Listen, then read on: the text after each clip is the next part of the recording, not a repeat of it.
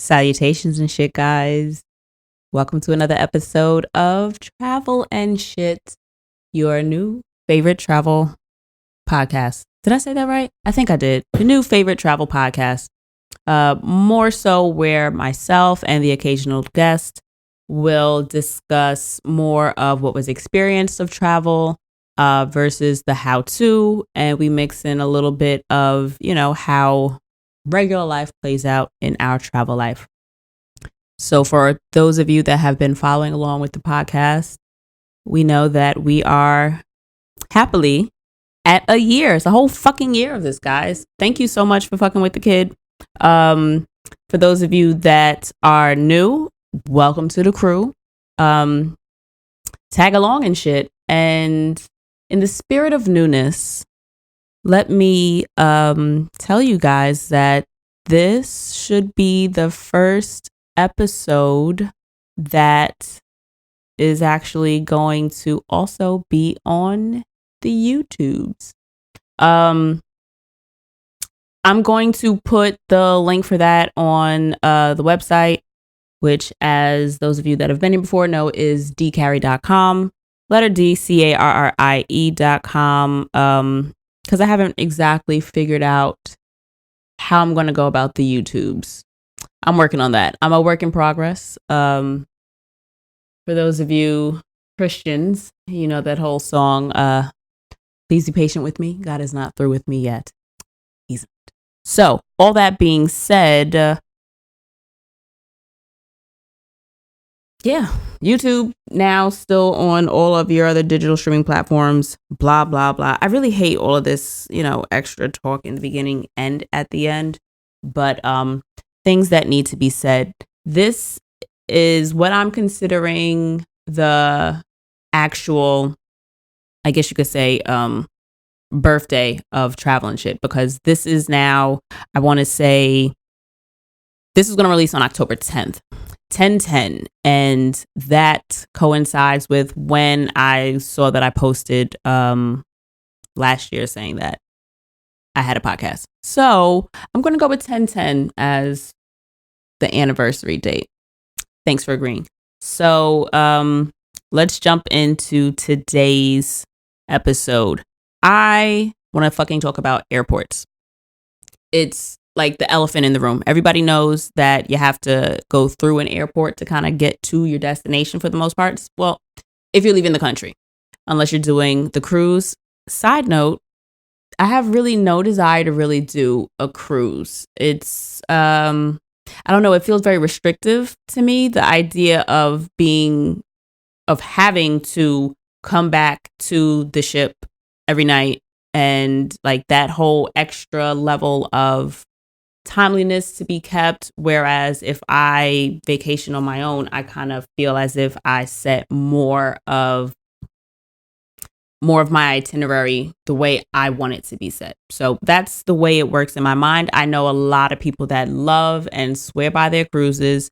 I've never been on one, so I feel as if I will very likely go on one just to see if I really don't fuck with them, for real. But that's just an aside.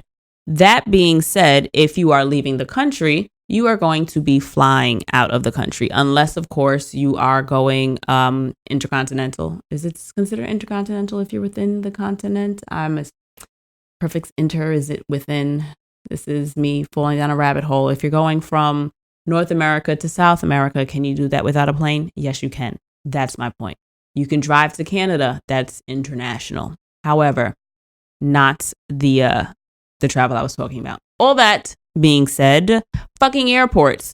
It's a necessary evil.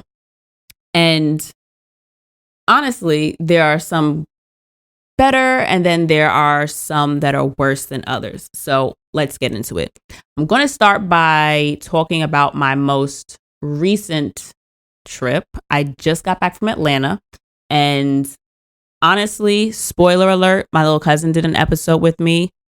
Easy top 5. When I tell you, first of all, she's the baby of the group, so she's like the miniest of the apples of my eyes. She is an Atlanta native, and we had an incredible talk about, well, actually, I just really let her take the lead. She is So fucking smart. And we just had a really great conversation, and I really, really can't wait to share that with you guys. But in order to get there, I flew to Atlanta this time. And I've been there before. I have family out there. I told y'all, was it last week or the week before, about whatever nigga I was fucking out there. Shout out to him. Still a good dude. But that being said, two things about Atlanta. One, Atlanta, I think it's Hartsfield or whatever it is, but whatever that airport is technically called, they have always been the most pleasant airport staff that I've ever had to deal with. They're always, I guess it's that Southern hospitality. Can't really call exactly why or what has them being so nice, but they are so consistently nice. Anytime I've had like a short layover before I hop on a flight to go someplace else, anytime I've been in Atlanta, they've been so pleasant, from the people that are checking you at the security check to the people that are just giving you information about, I know one time I had to stand on a really, really like ridiculous, obnoxiously long line. I think it was like a 45-minute wait just on that line.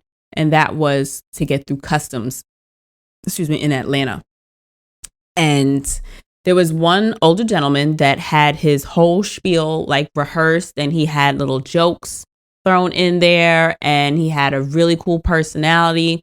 And it was really just a nice little way to break up the tension of, bruh, I'm trying to catch an international flight right now, but I have to stand on this bullshit ass line. So that was a really great experience. And all that was in Atlanta. So it's been whatever time I've been there, I've always had a good experience. So thank you to you guys in Atlanta's airport. And I know a bunch of y'all listen in Atlanta. So yeah, big ups y'all. But I flew out of Newark for the first time. I live right by JFK, like right by JFK. So for me, flying out of there is always the easiest. My dad will forever bitch and moan if I even suggest that I am flying out of anywhere other than JFK. And he'll always throw money at the problem. How much is the difference? Just fly out of JFK. I'll give you the money. But I think I mentioned it before. My little brother, in his ever gracious ways, gifted me flight money. But it has to be used with United, and they only flew to Atlanta out of Newark. So free flight. Thank you, little brother. Appreciate you. Another spoiler episode with him coming soon. That's going to be fucking fun. But I flew out of Newark because the flight was free, not because it was extra convenient or anything of the sort. So it made more sense to me to leave from Manhattan, because I work in Lower Manhattan. So it made more sense for me to leave from work than it did for me to come back home and then go all the way out there. So I schlepped my bag. I had a duffel because it was literally just the weekend. I went from Friday evening to Sunday evening. Really quick trip. I went out there with a duffel. And what sucked about that trip was, I think it's just it's just because I flew basic economy. Free or not, I'm still trying to stretch that monetary budget that he gave me, that limit. And there's like, it already ran me $2 and change to get to Atlanta, which is fucking ridiculous. But it's because I had to do it last minute. All that being said, I was not allowed a standard size carry-on. So I did the best I could and shoved everything into the personal size bag. It's really just a duffel bag, but as long as it meets those sizes, they, don't give you no trouble.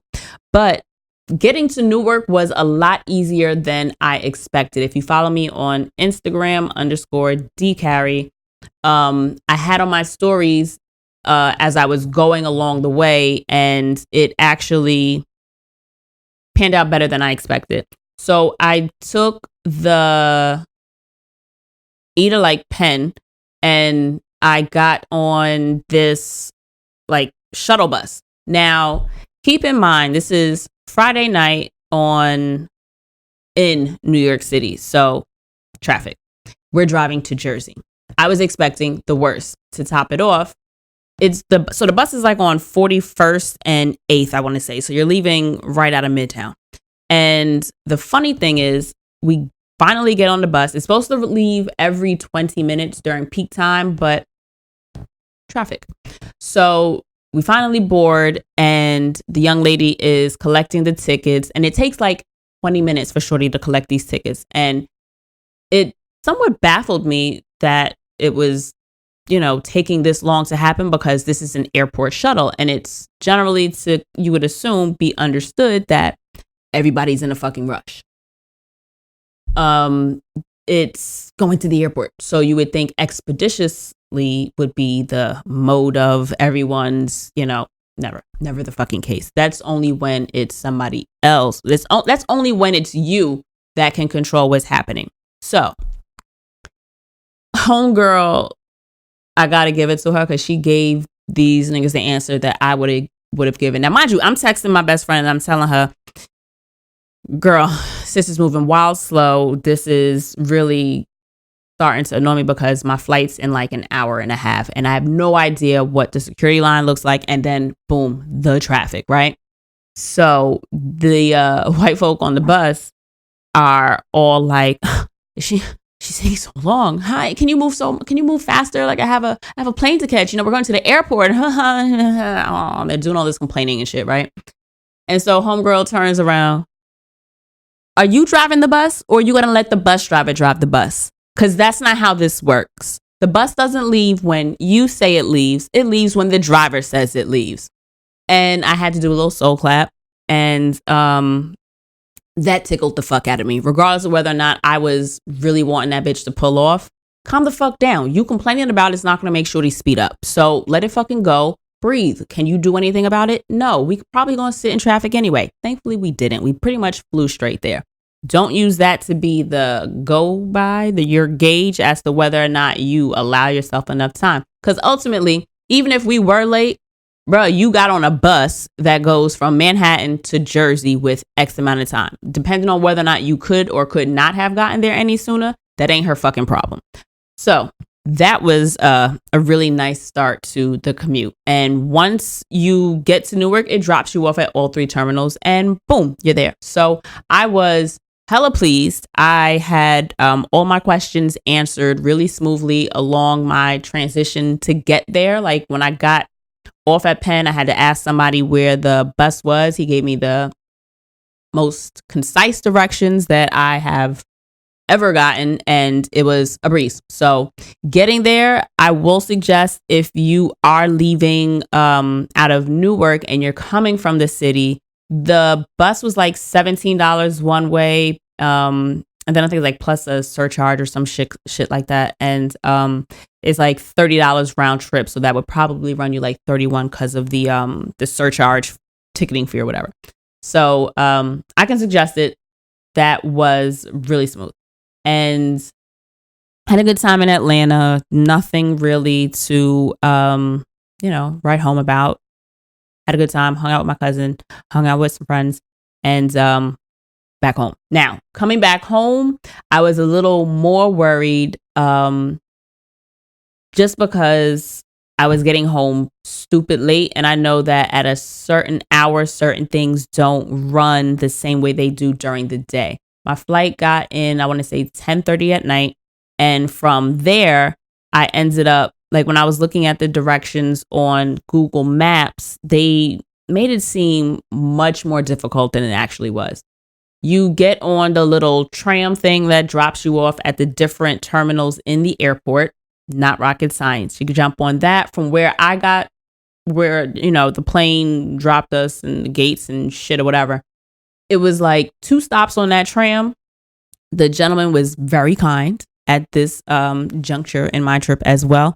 And he was like, you go 2 stops, you get off, you go upstairs, buy your ticket, and get on the New Jersey Transit. And he said, my coworker will be there when you get off, and he will further assist you if you need any help. Sure enough, coworker was there. 2 stops later, I get the fuck off. He tells me, go upstairs, buy your ticket, track 2 or whatever, track A, I don't remember. So do that. And it was literally just that simple. You took the tram through the airport, You take the New Jersey Transit train to 34th Street Penn Station, jump on the Long Island Railroad, and it brought me to Jamaica Station. So I will definitely consider flying out of Newark now, just because I know that it is relatively simple. It wasn't that expensive. That first bus I was telling you was like $17, $18. Then I think the New Jersey Transit, there's no fee for that tram, y'all, in the airport. You just hop on that shit for free. I want to say New Jersey Transit ran me like $13, and this motherfucker had the nerve to not take the fucking ticket. I always feel like such a fucking loser when I buy a ticket and they don't check it. I'm not being a loser, but I don't want to get hit with like a $30 fee when trying to buy it on the train, but I always get pissed. And then Long Island Railroad was off peak at that time, so I don't even remember how much it was. Might have been like $8, maybe $5. I think it was like $7. All that being said, it was relatively inexpensive, and I think my Uber was probably less than $10 as well. So, because I took an Uber from Long Island Railroad to my house. So Newark, now it's on my radar. Especially if I am leaving from New York. So that mental note for you guys, especially if you've never come out of Newark before, it's not terrible. I don't have any complaints about the actual airport of itself. We all know, for those of us that have been to the airport maybe 3 times, that you don't want to buy food in the airport if you don't have to. Oh, side fucking bar before I fucking forget. Cap was on my flight. I was so tickled by that. So after all of that worry about not making it to the airport in time, I ended up getting to the airport with plenty of extra time, enough that I went and sat at the fucking bar. So I found my gate after I got through security, and thankfully it was a bar where I could see when the ticket agents got there. And so plopped, had a beer. Actually, I think I had like one of those rosé somethings. Like it wasn't a beer, but it was like a rosé thing. Give me a regular beer. So had a drink. Actually had 2 drinks. And I'm minding my business. I kicked back to lean, and I don't know why I turned around. I think I had seen like the chef dude looking out behind me, and for some reason I turn around and hear this nigga come walking up looking like he's got like, mid-level, not maybe not more than like 5 people around him, little entourage, just walks by, smiles, does a little acknowledgement, and I'm like, that's that nigga. And I work in Manhattan, so we see famous people. So it's not like, oh my God, oh, I can't believe it's you. Not the case. It's just like, oh shit, a nigga I respect. And, was relatively pleasant. He wasn't walking around like he was too good to, acknowledge people were excited to see him or anything. So that was cool. And then he kind of just like disappeared to the side. So I'm like, interesting. Then as it gets closer to boarding time, I'm like, I wonder if he's going to be on my flight. I'm not sure if my plane is boarding, but then I see him board right by the gate because, some gates have more than one screen because they're different doors, blah, blah, blah. You can generally board the plane in the same area for different flights. And lo and behold, I walk on the plane and boom, there he is. I think his girlfriend's name is Nessa. I'm assuming that's his girlfriend. Could have been his assistant. I have no honest idea what she looks like. Very pretty young lady. But they're sitting there right in janky ass first class. And I say janky ass first class because the entire plane was, it was a really small plane. There was first class. And that's like where you have the 2 seats still sitting next to each other. And it's just that your seat is a little bigger and you get more attention from the flight attendants. The rest of us still only had 2 seats next to each other. And it was just little small seats. But honestly, that was the most room I think I had ever had on a standard, like on a flight period. I think even on Dreamliners, which are the larger planes that have like that row of 4 or 5 seats in the middle, I don't ever remember having this much legroom. So a bitch was comfy. And and nobody sat next to me. And mind you, this was flying basic economy. I didn't get to choose my seat.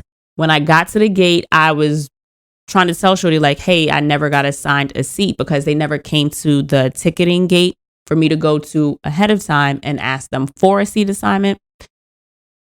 I was worried that it was going to be a thing. It wasn't. She just picked some shit up, scanned me, told me have a nice day. And I was hella pleased. So I had the 2 little seats to myself. I was comfortable, went straight to sleep, and Elena. So back to what I started saying before. We all know that the airline food is wild expensive. If you follow me on Instagram, you saw like the $15 sandwich that I posted was terrible. So if you can avoid it, don't buy shit at the airport that you don't need. The food is expensive. It's not necessarily better than anything or not. And only thing I would say to do is buy your drinks. The drinks are going to be the same. They're comparable to a regular bar. I think I paid, depending on what did I buy? The first, like the little rosé shit was maybe like $9 or something like that, $9.50. And then I bought a beer after that. I think I bought like a Brooklyn Lager, and it was maybe $8. So it's standard as bar prices. It's nothing crazy. So I don't have any complaints about the pricing of alcohol. It's just, or beers, because I didn't even look at the alcohol menu. I'm not really an alcohol girl, guys. But it was comparable, but food is always a fucking disaster. You're going to spend $3 on a bag of chips. You're going to spend $6 on a liter of water. And it don't even be the fancy water, y'all. All that being said, Newark was not a bad experience. So that I am placing in my mental Rolodex, because a lot of flights, well, a lot of travel flight plans, or, you know, just a lot of things are cheaper out of Newark, but it's just inconvenient. So let me see. That's Newark. Then I had great experience because, you know, I've got an outline again for you, thinking ahead of the game, you know, yay me. Then let me see what else I had. Oh, another experience I had. Usually they have like that list of things that you're not supposed to fly with, and then they post it again when you're going through security. I generally disregard it because I know I don't have any weapons on me, and I don't have anything with any crazy batteries or anything like that. That being said, a lot of these will say no lighters, but I've never had anybody actually pull the lighter out and tell me that I couldn't fly with it. I always fly with, especially when I'm going international, or if I'm going someplace where I don't know the people that I'm staying with. If I'm going to stay in someone else's space, I travel with sage, so I could sage that bitch down. And I will also travel with like essential oils, but they're in, of course, the right size bottles. However, if I'm traveling with sage, I'm also going to travel with a lighter. And Shanghai got me for my lighter. They took everything out of my bag just to get to the lighter. So keep that in mind.